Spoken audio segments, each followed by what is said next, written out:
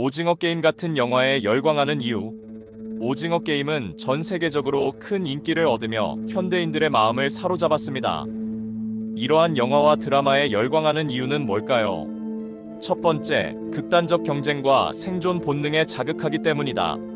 현대 사회의 치열한 경쟁과 생존의 어려움을 극단적으로 묘사하여 관객들이 공감과 긴장감을 느끼게 합니다. 만약 내가 저 상황에 있었다면? 하는 몰입감을 제공하기 때문이다. 두 번째, 도덕적 딜레마와 인간의 본성 엿볼 수 있기 때문이다. 극중 등장인물들이 극한 상황에서 선택하는 선과 악의 경계를 보며 인간 본성을 돌아보게 합니다. 세 번째, 자본주의 비판과 불평등 문제를 반영하고 있기 때문이다. 자본주의 사회에서 발생하는 부의 불평등, 빈부격차, 계층 문제 등의 증오와 분노가 극명하게 드러나 관객들에게 사회적 문제를 생각하게 합니다. 네 번째, 충격적이고 감각적인 연출 때문이다. 시각적 자극과 충격적인 전개로 관객들에게 강렬한 기억과 여운을 남깁니다. 성경적 관점에서 바라본 오징어 게임의 메시지는 뭘까? 첫째, 인간의 탐욕과 죄성, 그 끝은 파멸이라는 사실을 깨닫게 한다. 영화는 인간의 탐욕과 자기중심성을 극대화시킵니다. 성경은 탐욕과 죄성을 경고합니다. 야고보서 4장 1절부터 2절에 너희 중에 싸움이 어디로부터 다툼이 어디로부터 나느냐 너희가 욕심을 내어도 얻지 못함으로 살인하며 시기하는도다 했습니다. 탐욕은 사람들 사이의 갈등과 파멸을 가져옵니다. 두 번째, 인간 생명 이경시를 보게 됩니다. 영화는 인간 생명을 경쟁의 도구로 삼고 너무 쉽게 희생되는 모습을 보여줍니다. 성경은 생명의 존엄성을 강조합니다. 창세기 1장 27절에 하나님이 자기 형상, 곧 하나님의 형상대로 사람을 창조하시되 했습니다. 모든 인간은 하나님의 형상을 따라 지음받아 존귀합니다. 세 번째, 절망의 반복적 재현을 통해 허무함을 줍니다. 영화는 극한 상황 속에서 인간이 벗어날 수 없는 절망을 묘사하며 희망 없는 세계를 그립니다. 그러나 성경은 희망을 제공합니다. 로마서 8장 38절부터 39절에 우리를 우리 주 그리스도 예수 안에 있는 하나님의 사랑에서 끊을 수 없으리라.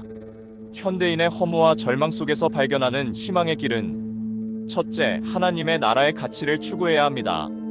세상은 경쟁과 탐욕을 부추기지만 성경은 하나님의 나라의 가치를 따르라고 가르칩니다. 마태복음 6장 33절에 너희는 먼저 그의 나라와 그의 의를 구하라 말씀합니다. 인간의 욕망이 아닌 하나님의 정의와 사랑을 추구해야 합니다. 둘째, 생명의 존귀함을 회복해야 합니다. 현대 사회에서 인간의 생명이 도구로 전락하지 않도록 생명의 존엄성을 다시 세워야 합니다. 요한복음 10장 10절에 내가 온 것은 양으로 생명을 얻게 하고 더 풍성히 얻게 하려는 것이라 했습니다. 교회와 성도는 방황과 허무와 절망에 빠져있는 생명을 살리는 일에 힘써야 합니다. 셋째, 희망을 선포하는 공동체를 이루어야 합니다.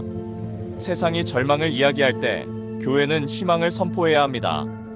히브리서 10장 24절부터 25절에 서로 돌아보아 사랑과 선행을 격려하며 모이기를 패하는 어떤 사람들의 습관과 같이 하지 말고 했습니다. 교회는 사람들에게 사랑과 선행을 실천하며 희망의 빛을 보여줘야 합니다. 넷째, 창의성을 선한 도구로 사용해야 합니다. 영화와 같은 매체는 악을 묘사하는 데 사용될 수도 있지만 복음과 사랑을 전달하는 도구로도 사용될 수 있습니다. 로마서 12장 21절에 악에게 지지 말고 선으로 악을 이기라. 창의적 문화를 활용해 선한 영향력을 미치는 콘텐츠를 제작해야 합니다. 하늘나라 시민으로서의 사명과 책임을 다하시길 바랍니다. 밈과 오징어 게임과 같은 콘텐츠에 열광하는 현대사회는 인간의 죄성과 갈등, 절망을 반영하지만 성경은 그 속에서도 소망을 선포합니다. 우리는 하나님의 나라를 살아가며 자극적이고 극단적인 경쟁과 탐욕 대신 사랑과 나눔을 실천해야 합니다. 또한 세상 속에서 복음적 가치를 창의적으로 드러내며 사람들에게 진정한 희망과 생명을 전달하는 하늘나라의 대사로 살아가야 합니다.